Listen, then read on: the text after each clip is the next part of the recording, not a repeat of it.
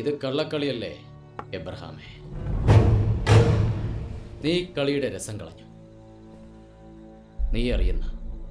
നിന്നെ അറിയുന്ന ഈ നഗരത്തിൽ ഒരു പകൽ മുഴുവൻ നിന്നെ ആ കാറിനുള്ളിൽ എനിക്ക് പൂട്ടിയിടാമെങ്കിൽ, ഇത്രയൊക്കെ ചെയ്യാമെങ്കിൽ എൻ്റെ മൊബൈൽ ഫോൺ നിന്റെ കാറിനുള്ളിൽ വെറുതെ അങ്ങ് വലിച്ചെറിഞ്ഞിട്ട് പോകുമെന്ന് കരുതിയോടാ വിട്ടി. എൻ്റെ ആ ചൂണ്ടയിൽ നീ ശരിക്കും കുരുങ്ങിയല്ലേ? എന്തിനാ ഞങ്ങളെങ്ങനെ? നിങ്ങൾ ആരാ? തക്ഷകന്റെ കഥ കേട്ടിട്ടില്ലേ? അപകടങ്ങൾക്ക് രൂപമില്ല. 7 നില മാളികയിൽ ഒളിച്ചിരുന്നാലും അത് കഴുത്തിൽ ചുറ്റി വരിഞ്ഞ് ശ്വാസം മുട്ടിക്കും. എന്റെ മോൾ എവിടെ? പറയാം.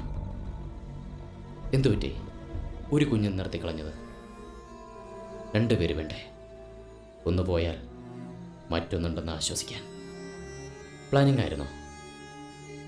അതോ രവിക്ക് നിന്നെ മടുത്തോ?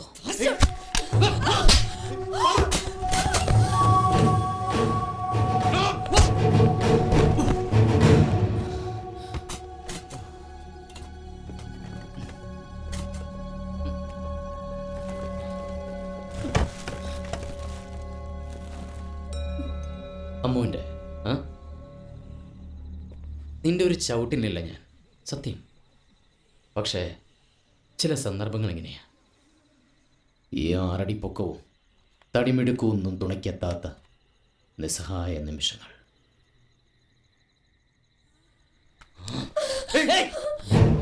ഇനി ഒരടി മുന്നോട്ട് വെച്ചാൽ ഇതുപോലെ ഞെരിക്കും നിന്റെ കുഞ്ഞിനെ.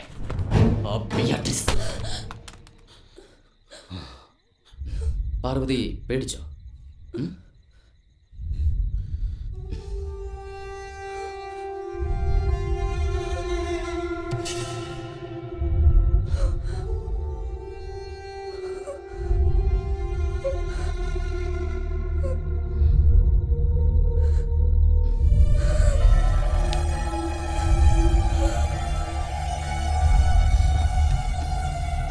ദേവി കണ്ണടച്ചിരിക്കുകയാണോ?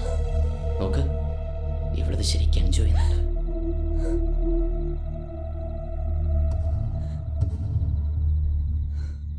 ഏയ്,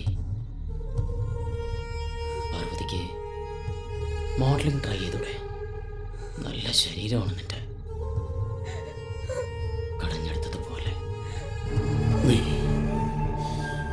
നീ ഇത് അവസാനിപ്പിക്കുന്ന നിമിഷം, ഈ കളി നീ അവസാനിപ്പിക്കുന്ന നിമിഷം നിന്നെ ഞാൻ കൊല്ലും.